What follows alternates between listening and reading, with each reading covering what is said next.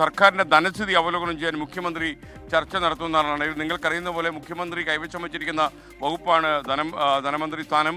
കേരളത്തിൻ്റെ ഖജനാവിൽ പൂച്ച പെറ്റി കിടക്കുന്നു എന്ന് ഒരു അഭിമുഖത്തിൽ എന്നോടൊക്കെ സംസാരിക്കുമ്പോൾ അദ്ദേഹം പറഞ്ഞിരുന്നതാണ്. പൂച്ചയും പുലിയും പെറ്റി കിടക്കുന്ന ഒരു ധനകാര്യ വകുപ്പ് ഏറ്റെടുക്കേണ്ട ചുമതല മുഖ്യമന്ത്രിക്ക് വന്നിരിക്കുന്നത്. അതുകൊണ്ട് തന്നെ ഇത് അവലോകനം ചെയ്യാൻ അദ്ദേഹം യോഗം വിളിക്കുമെന്നാണ് അറിയുന്നത്. രാവിലെ ധനകാര്യ വകുപ്പ് അഡീഷണൽ ചീഫ് സെക്രട്ടറിയുമായും ഉന്നത ഉദ്യോഗസ്ഥരുമായും മുഖ്യമന്ത്രി ചർച്ച നടത്തുമെന്ന് അറിയുന്നു. ധനസ്ഥിതി സംബന്ധിച്ച് ഒരു ധവളപത്രം ഇറക്കുന്നതും ചർച്ചയാകും. കൂടുതൽ വിവരങ്ങൾ നൽകാൻ ആർ ശ്രീജിത്ത് തത്സമയം ചേരുന്നു തിരുവനന്തപുരത്ത് തന്നെ.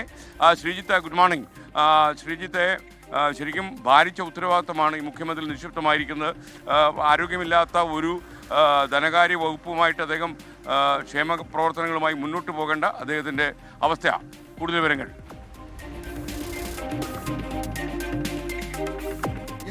സംസ്ഥാനത്തിന്റെ പൊതു സാമ്പത്തിക സ്ഥിതി അവലോകനം ചെയ്യുന്നതിന് വേണ്ടിയാണ് മുഖ്യമന്ത്രിയും ധനവകുപ്പിന്റെ ചുമതലയുള്ള മന്ത്രിയുമായ VD സതീശൻ രാവിലെ ധനവകുപ്പ് ഉദ്യോഗസ്ഥരുമായി കൂടിക്കാഴ്ച നടത്തുന്നത്, ചർച്ച നടത്തുന്നത്. രാവിലെ 9 മണിയോടെ മുഖ്യമന്ത്രിയുടെ ഓഫീസിൽ വെച്ച് ചർച്ച നടത്താനാണ് തീരുമാനം. ധനകാര്യ വകുപ്പിന്റെ ചുമതലയുള്ള അഡീഷണൽ ചീഫ് സെക്രട്ടറി KR ജ്യോതിലാലും ഉന്നത ഉദ്യോഗസ്ഥരും ഈ ചർച്ചയിൽ പങ്കെടുക്കും. സംസ്ഥാനത്തിന്റെ സാമ്പത്തിക സ്ഥിതി അതീവ ഗുരുതരമായ സ്ഥിതിയിലൂടെ കടന്നുപോവുകയാണ്. സാമ്പത്തിക വർഷത്തിന്റെ ആരംഭമാണ്. കടമെടുപ്പ് പരിധിയിലും മറ്റും കാര്യത്തിൽ വ്യക്തത വരേണ്ടതുണ്ട്. ധനകാര്യ കമ്മീഷന്റെ വിഹിതവും മറ്റും കൂടിയത് മാത്രമാണ് ഏറെ ആശ്വാസകരമായ കാര്യം.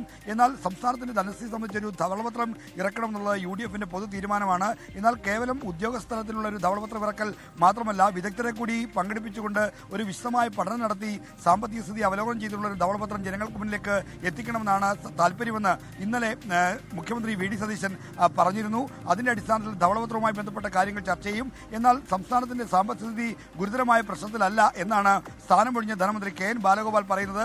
4000 കോടി രൂപ ഖജനാവിൽ ബാക്കി വെച്ചിട്ടാണ് താൻ അധികാരമൊഴിഞ്ഞതെന്നാണ് ധനമന്ത്രിയായിരുന്ന KN ബാലഗോപാൽ അവകാശപ്പെടുന്നത്. എന്തായാലും പുതിയ സർക്കാർ അത് വിശ്വസിക്കുന്നില്ല.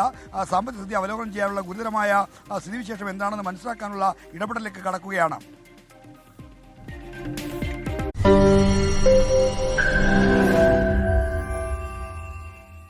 ലോകത്തെവിടെയായാലും ഏത് സമയത്തും 24 വാർത്തകളും ഓഗ്മെന്റഡ് റിയാലിറ്റി പാക്കേജുകളും എക്സ്പ്ലെയിനറുകളും വിശദമായി കാണാൻ ഞങ്ങളുടെ YouTube ചാനൽ നിങ്ങൾക്ക് സബ്സ്ക്രൈബ് ചെയ്യാം.